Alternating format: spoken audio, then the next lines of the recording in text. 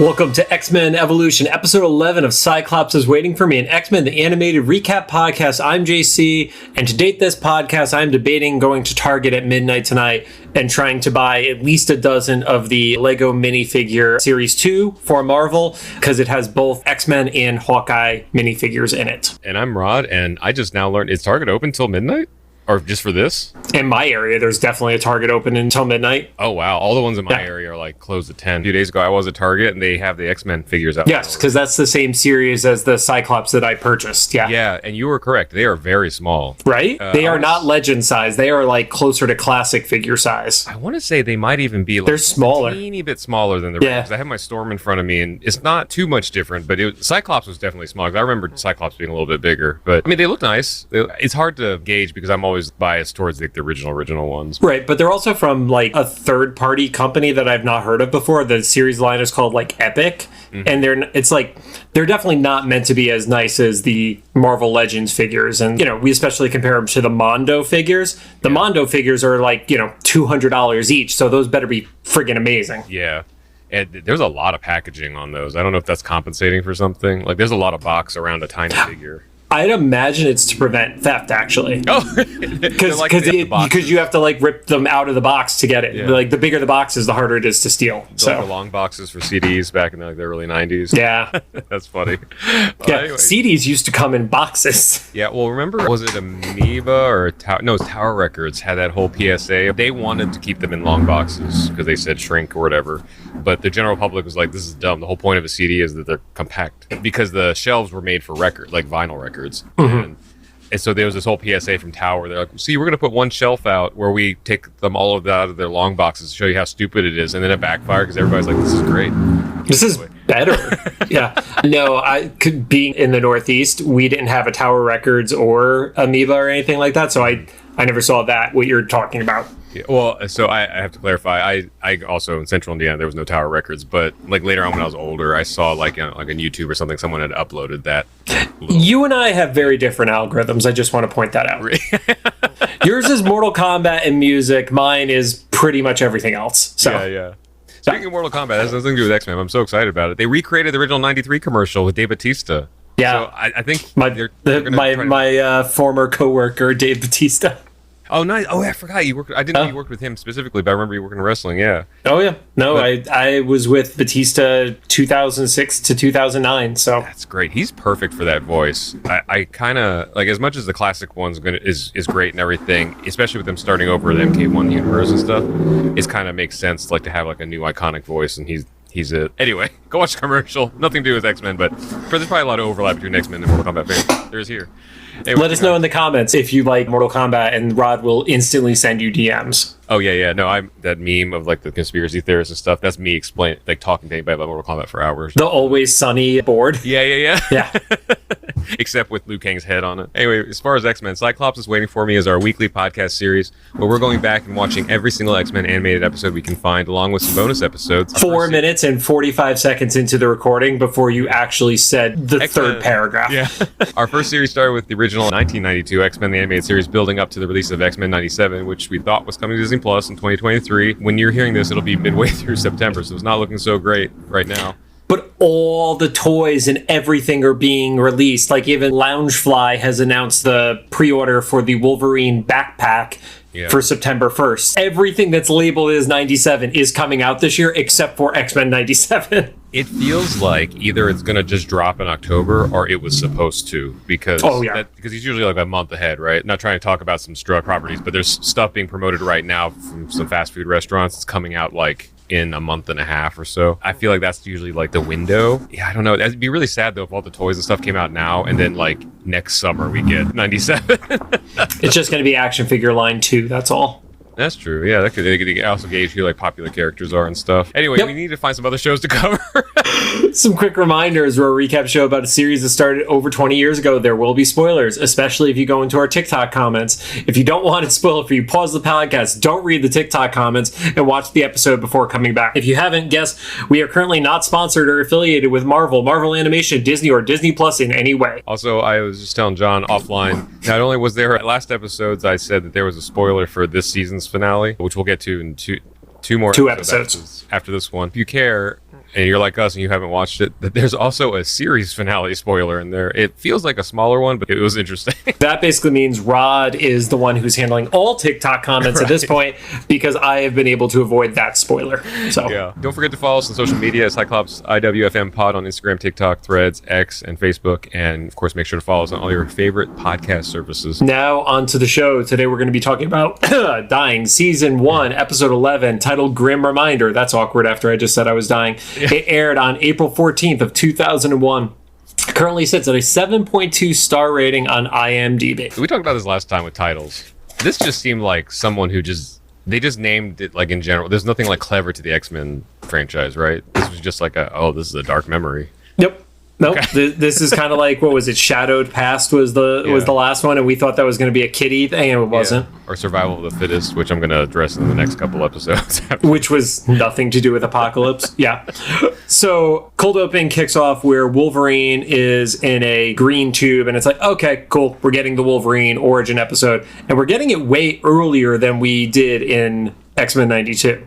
Yeah, my note was like, finally getting the Weapon X storyline. Or I guess not finally, but like they've hinted at it a lot this season. See, I feel like they've been pretty low key on it for this one, at least. Yeah, well, I guess when I say hinted at, not like a lot, they just like, there's stuff we don't know about Mr. Logan, you know? Yeah, they just had the aura of mystery around him. So he's in a green tube, and the first thing that stood out to me was like, it was kind of doing like the whole double vision thing, and I couldn't tell if that was a error on the playback or if it was a memory at first. Yeah. And then, of course, it's revealed that was intentional.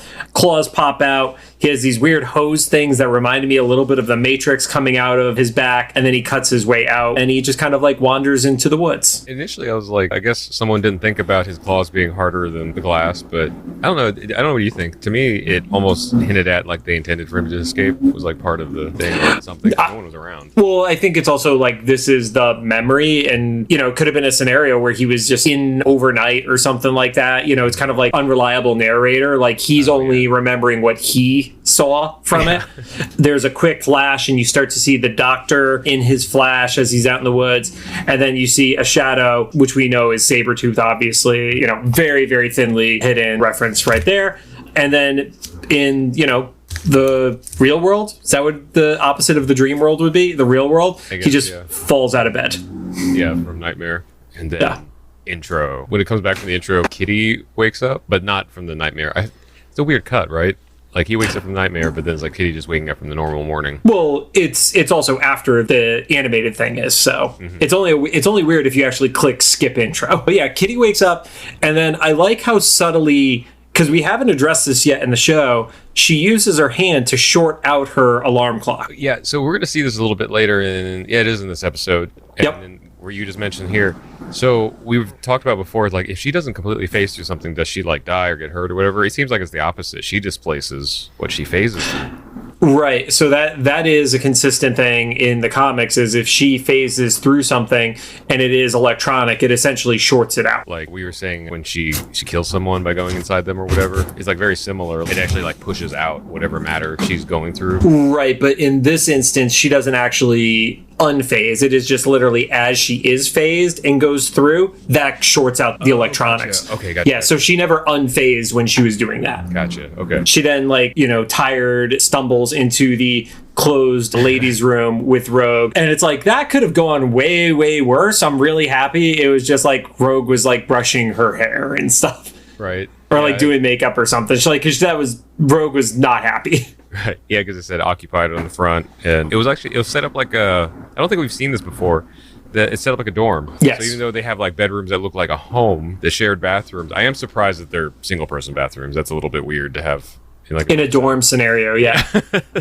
Especially because it had like a women's restroom sign on it. It's like, what does it matter if it's a single person? Right. Yeah. Like, I guess it could just teenage guys are gross, and they're like, this at least keeps our bathroom clean. Yeah, that's very valid. Yeah. So she starts narrating the episode where she is emailing her parents and kind of giving them an update of what's going on by living in the mansion.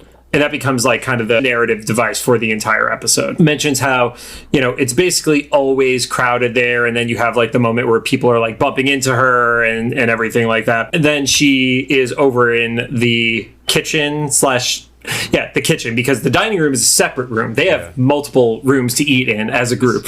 I wrote down this is kind of like a breakfast nook. Yeah, like that's fair. kitchen, you know? And she looks over, and Logan is reading a paper. I tried to read the paper. I don't think it was actually like words on it. It had letters, but it was not like a name on the headline of that newspaper. Yeah, it was like a Lauren Ipsum or something. Something like that. She like gets caught staring at Logan, and he's like, "What's the matter, kid? Am I reading too loud for you?" Or half pint. He actually calls her half pint here. Yeah, and I remember Kit had mentioned that on her episode, that being one of those affectionate terms that Wolverine has for Kitty. You know, this is really both a sign of the times and from what I remember of college, like pretty accurate. It is kind of crowded. I kind of, at the time, liked that. Of course, I don't like that now, but I think part of what I liked about it then was like I knew that it was going to be a short-lived time. You're going to live somewhere with a bunch of your friends. And then also her emailing long enough to narrate that whole episode. At that time, like you would write letters to people, you know, not just be like, "Hey, Dorkface, what about Thursday?" and then send, you know, like she's like writing home, like a whole thing. It was very similar vibe to like the original Doogie Howser, where like how he was recapping his day as a journal, but doing it in an email. I guess it was like early form of live journaling kind of scenario, except just to her parents. The only thing that didn't really make sense, and this is not their fault because this is like the way the show needed to work, but not they're going to be accurate to dorm life. But that everyone's showing up at the same time, especially if they have single bathrooms. The only time that kind of happened, I was in an all-guys dorm, and we had like a community bathroom, you know, just shower heads on the wall, and like a bunch of stalls and stuff.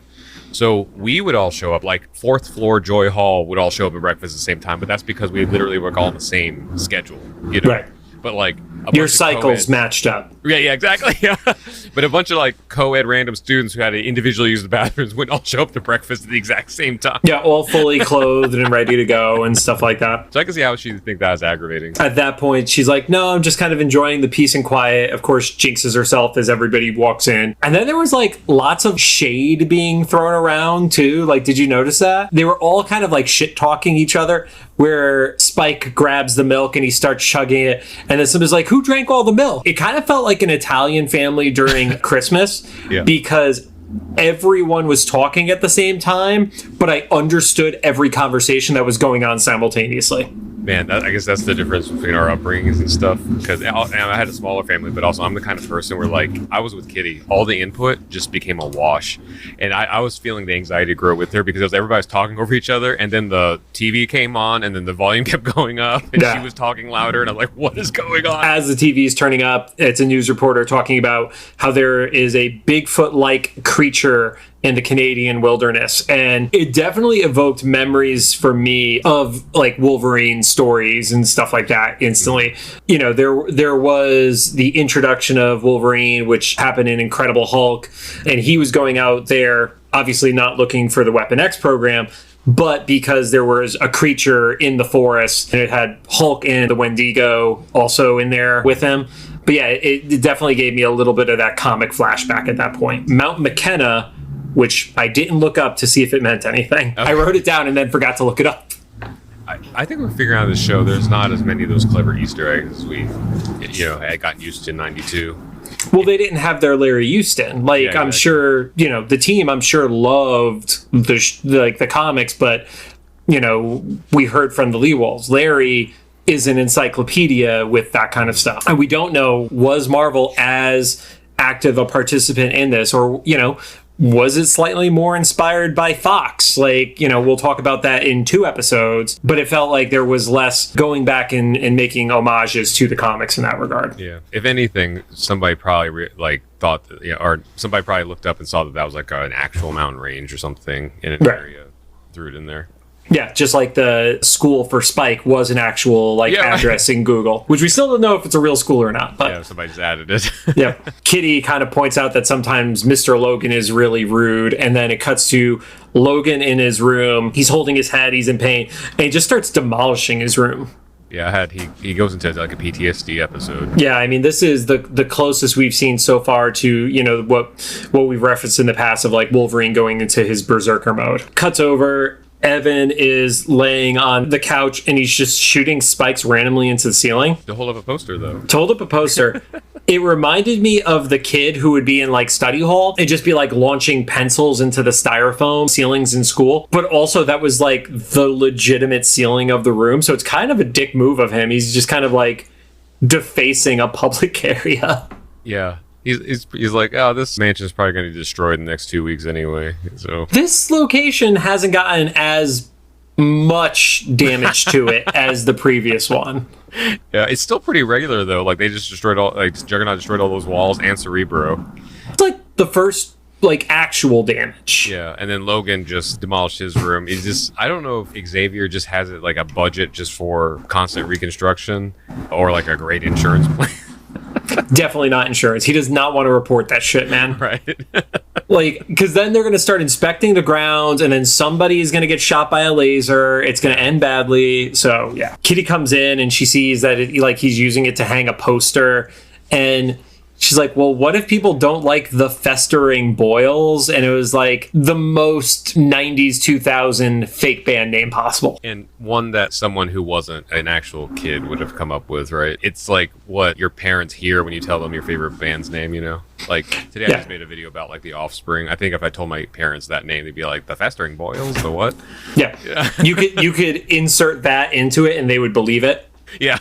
Kitty gives him a little bit of shit deservedly for it. And he's like, yeah, it's fine. Don't worry about it. And then she's like, I don't know if, because he's the youngest, which also I did not realize. I thought her and Kurt were the two youngest of the group. That's true, yeah. Because the way, I guess, or at the very least, her, Kurt, and Spike, maybe. Yeah. So apparently Evan is the youngest in the group. And she's like, I don't know if he's just unaware or if he is aware and he just doesn't care. And that's when part of the ceiling just collapses on her. Right. So it begs to question, like, what are those spikes made of? If those are bones, like we said, they're bone spikes. So they're not just tacks sticking into the ceiling. They're like damaging the infrastructure of the... I mean, at the very least, it's enough to mess up the... Is it sheetrock that's on the ceiling for the most part? I don't know how construction works. Right. I mean, that house is probably cardboard since they have to replace it all the time. It's like those influencer mansions out on the west side of LA. It's stuff they're made to be demolished during parties, So like you can like push your hand through a wall. There's a little dirty little secret if you haven't been out to those party houses in LA. You just start pushing your hand through random walls, Rod. You're a horrible guest.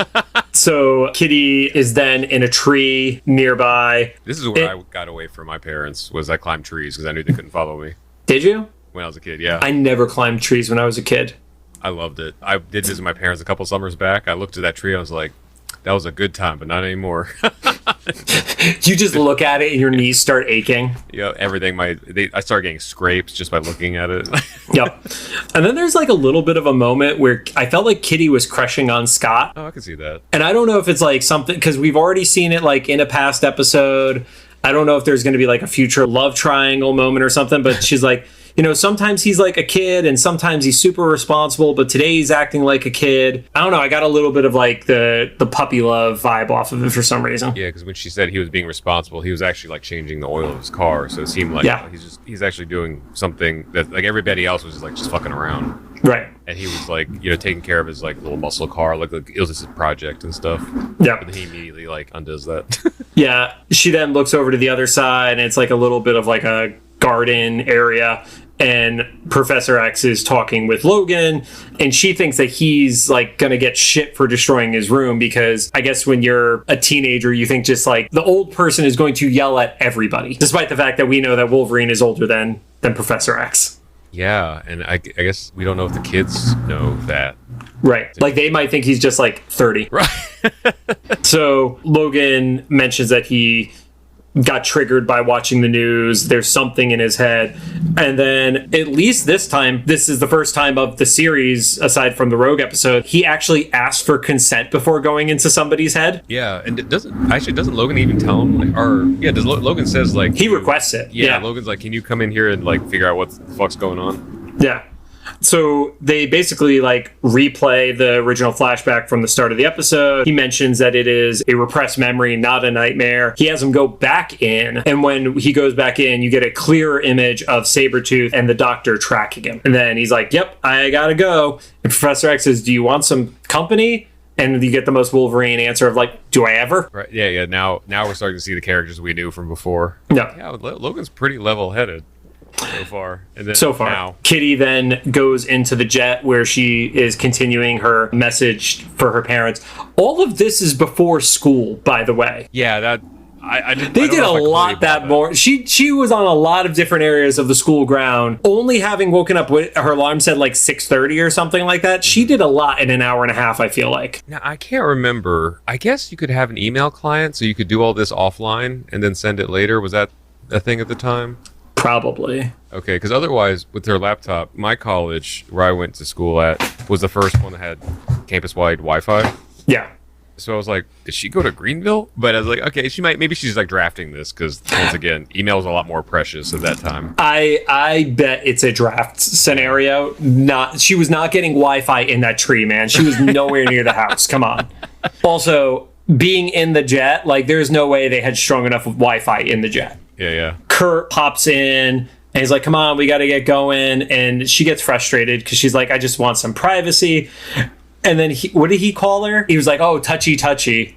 Yeah. And then it was like, sounds like somebody has an astrophysics exam. I'm like, who the fuck is taking astrophysics when they're like in high school, let alone she's not a senior or anything. Like, she's not in like AP classes and shit. We know she's smart, but like, there's something about this school we're going to learn. It's crazy because they had to do survival training and that weird like snowmobile trip to the cave. Yeah, and stuff like there's something else with this school. It's like I don't want to say magnet program because I don't think any magnet program is that dangerous. But like there's something else. But like astrophysics and cave trip and survival training, like these are your standard. Right. They start to get ready to leave, and then all of a sudden the jet just starts taking off, and you see that Wolverine is piloting. Kurt is playing it off like, oh, we'll just let him know that we're here, and then he decides to like walk up and tap him on the shoulder instead of just saying something from a distance, which in any scenario does not feel like this type of thing you should do to Wolverine.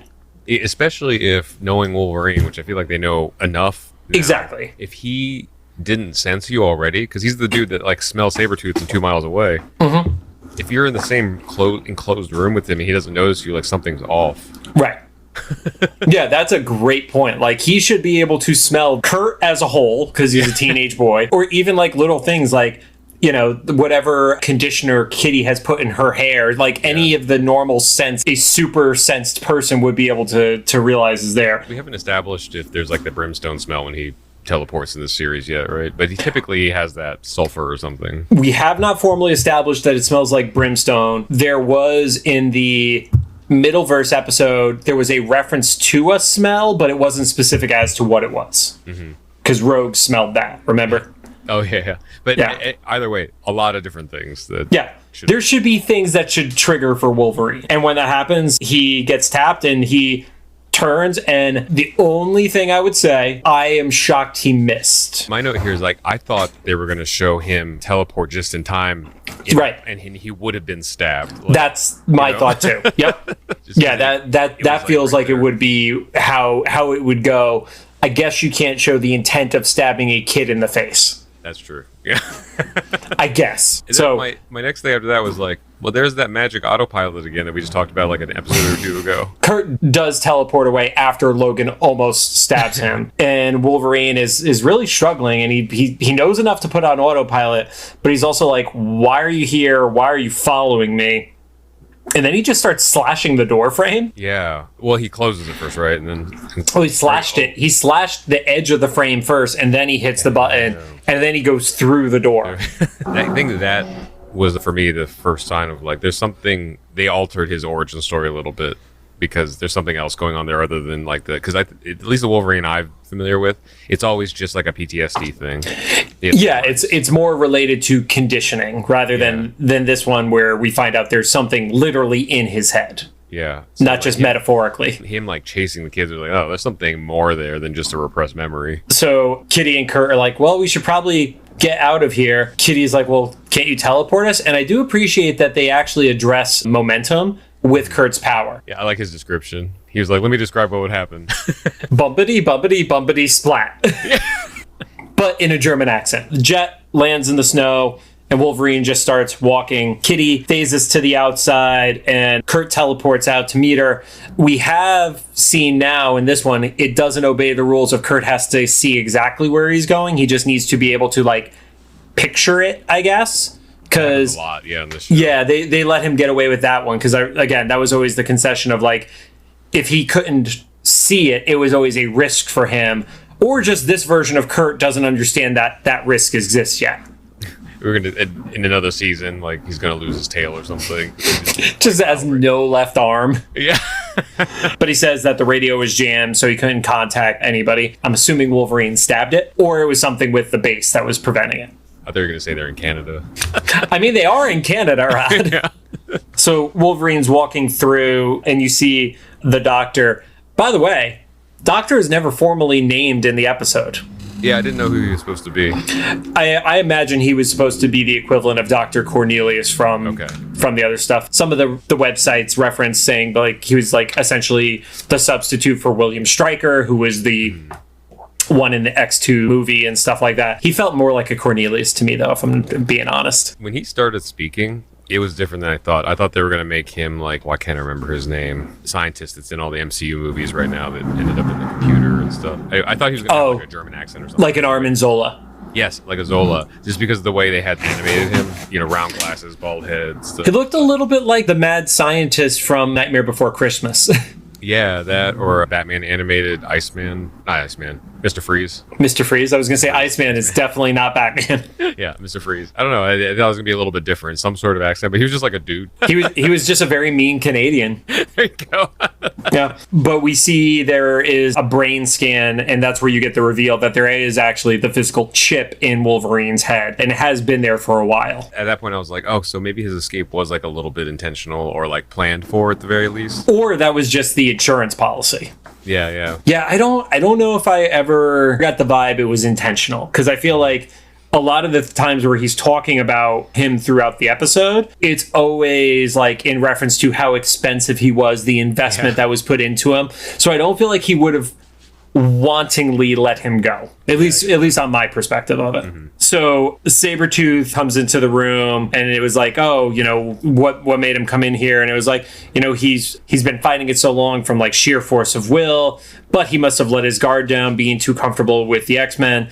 And then he was like, yeah, that footage definitely helped bring him in. Isn't that right, Bigfoot? And Sabretooth was pissed about that. He's like, that's not a fucking joke. I do like the internal lore, though, that Sabretooth is Bigfoot, because it makes sense from like a silhouette standpoint, of like him being big and not even that hairy yet, but like that he's wearing the stuff that makes him look like the... So you're going with, in this universe, Bigfoot sightings are actually just Sabretooth. That's your vibe? I think so, yeah. Okay. Like, I kind of dig that, especially because we're getting more and more aware that the general public is not quite as aware of mutants as we're used to.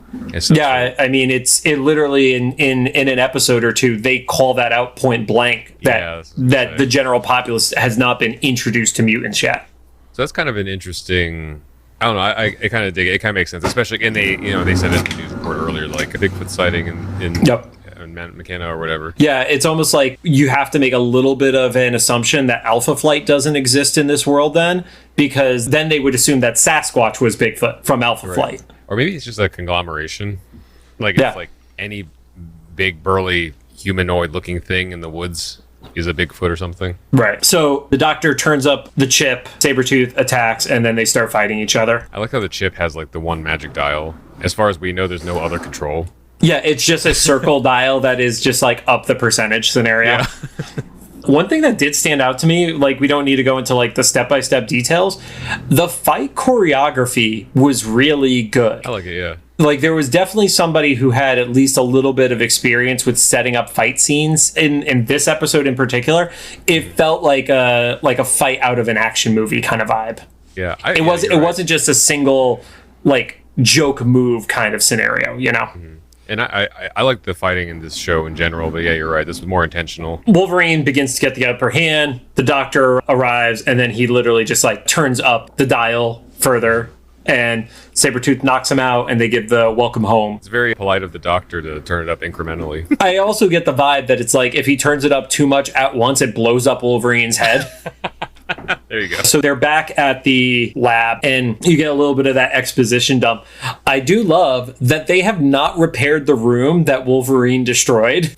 I guess we don't know how long it's been. I feel like it's been a while, though. Right? I feel like it's got to be a few years, like maybe a decade, but definitely Wolverine is so comfortable with Xavier that it has to be at least 3 years minimum. However long Scott has been at the Institute, is at least how long Wolverine has been escaped from that area. Yeah, they lost all their funding after they lost the main project. Yeah, that's actually probably accurate. That's where the Doctor does explain that, Wolverine was essentially a financial investment. And then we get the throwaway line that is not addressed for the rest of the episode, where Wolverine asks who ordered it. Yeah. And the Doctor is like, oh, I'm shocked you haven't figured it out. And that's when Sabretooth walks back into the room. So we don't actually get resolution to that question. Season 2 teaser. Well, yeah. I mean, or, this could have been a little bit more of a long play. And, maybe it's even, one thing I did see without spoiling anything is that there are multiple Wolverine origin episodes in the show. So that's why it could be spread out across multiple seasons. That makes sense. He's the most popular character, so it's like how you keep people watching the show. No. They get another Bigfoot jab on Sabretooth, and I think that Sabretooth is he must have his own safety protocol, because why else wouldn't he have ripped this guy's throat out at this point? Yeah, right. The Doctor says, oh, look, so we're ready for our training, and then our 2 test subjects are ready, and you see Kitty and Kurt, on the camera walking through. So Wolverine starts to resist, and basically the Doctor's like, no, this is the time we resume the Project Weapon X. And he specifically says that they're the ultimate mutant slayers, which is different than what we've seen, in other Weapon X program references, where essentially Weapon X in the comics was trying to recreate the super soldier serum for Cap. Yeah, they're like, we don't want to dive into the Avengers in this show. We have so many characters already.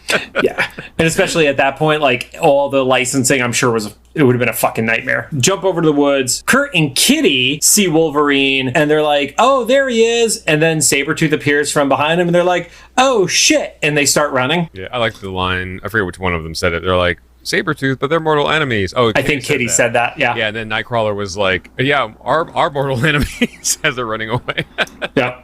So they split up. Wolverine tries to claw Kitty and basically cuts out part of the cliff that she's running across, and she starts to fall down that. Sabretooth is tracking Nightcrawler, and then we get to the moment between Wolverine and Kitty where she's asking what's the matter, basically saying you need to resist, and then Wolverine starts to, and then the Doctor goes up to 60% now. Yeah. Again, to your point, he doesn't just go all the way. Yeah, he's very courteous. No. And then they start chasing again. There was one animation thing that I thought was really interesting where she's hiding around a tree, he's cutting through the tree, and then he's running so fast in front of the tree as it's falling. But if you looked at the trajectory of the tree falling, it would have fallen on him. I didn't notice that. Yeah, it was literally running in the shadow of the tree that is falling, and I'm like, that means it's going to land on top of him. But he goes for a kill shot that doesn't happen, and she phases through the side of a hill. I thought for sure in one of these things, but I guess like you said, they probably can't show the intention of him stabbing a child, that she was going to phase through him stabbing. Right, he was going to stab, and she was just going to take it without, yeah. So he goes to the cliff. He has a quick memory flash of Kitty, and that's where he starts screaming no. Oh yeah, because he thinks that he had forced her off the cliff. Right, because he's not seeing her. He's at the edge of the cliff. She comes up from behind, turns, and then he's ready to claw into her and stops just in time. She pulls his mask off. She drops the half pint line again as a reminder, and that's where we actually get him to retract the claws. She cuts it very, very close. About as close, or actually probably worse than the Nightcrawler stuff from on the plane, because the claws are still pointed at her face. He just hasn't followed through on it yet. Yeah. And it's if he sneezes, she doesn't have a head anymore. Or at least she has a few piercings. Right. Yeah, so they're in the middle of that, and it's starting to work. You kind of get the sense that, Wolverine's starting to, pull through, but before he can actually, fully come to, Sabretooth, appears out of nowhere and just tackles him. I guess he got away from Nightcrawler. Yeah, just off the cliff, and then the chase resumes on it. Mm-hmm. They start headed back to the lab. Wolverine actually is in front. He actually gets back to the lab first, and the Doctor instantly panics because he's like, Sabretooth, where is he? Because apparently he doesn't have enough cameras to know what's going on. And Sabretooth finds a grate that has been, clawed open, basically. And he's like, oh, shit, you have to protect me. And then he instantly moves the chip to 75%. Yeah, I don't know, maybe that would be the time to go to 100, because it doesn't matter at that point if you protect him if his head blows up. Maybe you should just blow up his head. Yeah. Let's see how good the healing factor is. Right. You get a little more back and forth between Nightcrawler and Sabretooth. And Nightcrawler, like, balls up pretty big. He's like, you know, if I want to, I could teleport you 2 miles from here right now in the middle of the woods. And Sabretooth, he says, that's where I'll kill you without saying the phrase kill you. Wolverine cuts through the door. They basically max out the chip. It doesn't work. The Doctor deploys the security drones. Like spider robots. That's a really good description. They have a little bit of a shitty Star Wars robot vibe. Yeah. Like, definitely the droid army vibe. Wolverine starts fighting, but he's eventually overcome by them. And that's when Kitty phases into the room. To her credit, she figures out, oh, all that's probably going through one computer, because that's how shit used to be back in the day, that you destroy one console. At least they carried that over from X-Men 92. I like her commentary. When she walks in the room, she's like, I see what's going on. She beelines to the computer. And I guess your explanation makes more sense than what I thought she was displacing stuff as she phases through. You're saying, like, she disrupts, like, the electrical stuff and blows it up. Well, I think you're accurate with saying that she still does displace it by going into the electronics. She just doesn't unphase. Because I think if she unphases in something that isn't organic, she's the one that would, like, splat. Yeah. I don't know. I mean, we know with Mystique, the rules are different in this world, but that's kind of how I've gotten it, because that does match up with the other side of her wiping her hand through something, like, you know, security cameras and shit like that. I feel like the whole thing goes into, like, self-destruct mode, and Logan's, like, yelling at Kitty, get out of here. And she's like, I can't leave you. Then Nightcrawler pops in, and he's like, not the time to argue. Okay, bye. Yeah. This one's not up for discussion. We're leaving. They teleport really far out. Like, that's the farthest I think we've seen Kurt teleport at this point. Yeah. Well, he did say 2 miles before, I guess. Yeah, I mean, I guess he's tested it. So Sabretooth arrives, and you get a little bit of a moment between him, Wolverine, and the Doctor. And he says, you know, the Weapon X program has been terminated. And then there's a massive fucking explosion. Mm-hmm. Well, so we're going to assume the Doctor's dead, right? Yeah, I guess, because they didn't name him. I guess if they gave him a name and he also had some sort of, like, I don't know, something, or we saw a pod escape or whatever. Yeah, there is not a way that something that doesn't have a healing factor survived that. I didn't get the impression of that, at least. And they, you know, rightfully so, thought that Wolverine died in the middle of all that. You know, yeah, it's basically a small city kind of imploded. Yeah, they had a little bit of, like, that trauma bonding moment where they're just like, shit, this just got way more real. Where they're sitting out there and just kind of waiting. And that's where Wolverine does emerge. Pretty shredded up costume. And I think that's kind of like where we have to assume he was actually pretty messed up. And just because of his healing factor, by the time he got to them, like, his skin and his bones had healed. But for his costume to be that messed up, he definitely took some damage, you know? Yeah, no, that was sensor magic. It was quality sensor magic. He's messed up, just not on the skin. He can't be bleeding. Yeah, we don't want his stomach falling out or, you know, his left lung punctured and bleeding. So jump back over to the mansion, and he wakes up, and Xavier's there with him. The first thing he does is check to make sure that the kids are okay. Mm-hmm. And Xavier says, you know, Kitty's been coming in every hour and checking on him. He also mentions that they got rid of the chip and asks him if he's in any pain, which I feel like of all the people, even if he was in physical pain, he's never going to admit it. Yeah, Xavier says she's been checking in on you every hour after the surgery. And the first thought in my head was like, how the fuck is surgery like on a man like that? Like, dude, you imagine? Literally, it's just Cyclops blasting into his skull. Right. Or, like, you have, like, your assistant holding the opening open. I mean, that kind of begs the question, how did they get to the chip on his brain if his skull is laced in adamantium? Oh, that's a good point. Pulled it out through his eye. Oh my god. It's literally the only way you could do that. Right, yeah, or is that I don't know. If you're a medical person out there, what other ways? Because it's through his nose maybe or something, or I don't know. Yeah. His nose or his eyes would have to be the only way, because that's the only soft tissue. It's got gross real quick. Oh, yeah. That's the worst thing we've talked about on this show. For all of you who are new to just the X-Men Evolution portion, there was an ongoing joke for how many episodes about Cyclops semen? Oh, yeah. Whenever Joe Russo joined, I think. It was before Joe Russo. Was that? It was the Wally episode. Oh, okay. Yeah. So, yeah. Like halfway through. Exactly.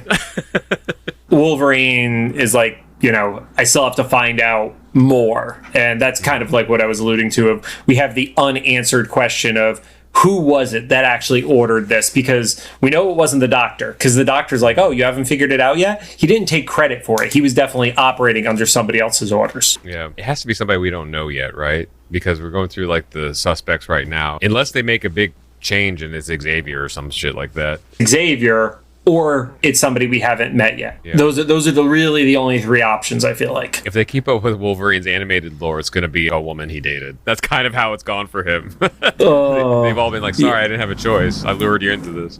Yeah. Or the dad of the woman that he dated, you know. Yeah. But yeah, the episode ends where Nightcrawler is keeping everybody out of the dining room so Kitty could get a little bit of privacy. And I call bullshit on that. Yeah. I do not think that Kurt could stop all 5 of them from getting to the dinner table. There's plenty of other rooms in that mansion to have some private space. Like, they just showed a breakfast nook, like a bunch of other stuff. Also, that, like, they were like, we're hungry, but the lights were off in there and there was nothing set on the table either. So it wasn't like they could be able to, I don't know. This is all nitpicky stuff.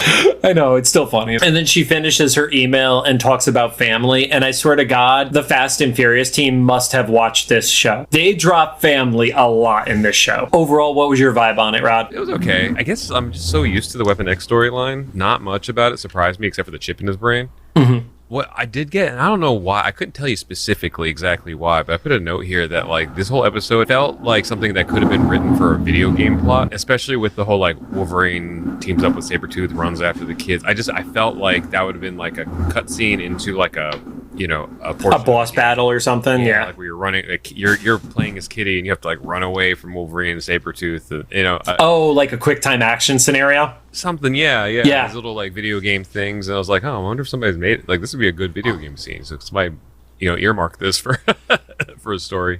I can tell you it was not. Yeah. I guess it's gut feeling, and I know someone on TikTok is probably going to spoil this for me, that this is probably like one part of, like, they're probably going to do like 1 or 2 episodes each season that slowly completes this Wolverine backstory. I'm in a similar spot to you, and I mean, the one thing I do know about a certain character getting introduced, I think that has to play a part in his origin story too. So. Mm-hmm. But it was okay. I thought it was fine. I love having alternate takes to Origins. It's not a copycat of the Task Force X group, like what we had, because we don't see him, like, working directly with Sabretooth or anything like that yet. So it's possible that, he never actually went into the task force and he just broke out early, one of those scenarios. I do like that it was somebody different with him. It was, the last episode where he's finding out more of his origin, Beast is with him. Here, it's a more innocent set of eyes with, Kitty and Nightcrawler. So I dug the differences. It's not Bruce Wayne watching his parents get shot the same way every fucking time. With the pearls. He kind of goes through the pearls. He kind of goes through this alone, because even though the kids are there, I don't think they're not there for any of the big moment reveals. Yeah, so they probably don't know any of this stuff that's going on. They just saw him go berserk and just kind of try to be the best people they can in general. Yeah, like, she just knows he's fighting something, but she doesn't know, like, oh, he had the chip in his brain, unless Professor X broke patient confidentiality, which he probably did. Yeah, or she probably didn't know while they were in Canada that was happening. Definitely didn't know while in Canada. Yeah. Debatable when they get back to the States. So, like I said, there was something about that early moment that definitely had the original origin vibes for me. But yeah, there's not as much comic book reference in this as some of the other stuff from 92. But all right, well, we got 2 more episodes to record tonight. So thank you guys for joining us. If you have any thoughts, make sure to drop them into the comments for either the YouTube upload or official Instagram for the post. If you have any spoilers, watch out for TikTok, because that's apparently where those go. If you like what you heard, we'd appreciate a rating on the podcast app of your choosing. You can find us on Apple Podcasts, iHeartRadio, Amazon Music, Spotify, Google Podcasts, CastBox, and I think I found out that Stitcher is dead, at least according to an email that I got, because I think I registered us for there once, but I don't think any of our listens came from Stitcher. So, and last little button, this should be out by now, but I have it on Word directly from Ron Wasserman. His remastered, redone version of the X-Men theme song should be available by the time you hear this podcast, so you can go find it on Spotify and TikTok and all that stuff. I got to hear it, and it sounds awesome. And we'll shout that out at the beginning of the next episode, because as soon as we start telling people to go to Apple Podcasts, I guarantee they click next already. So if you're still listening, thank you, and have a good night.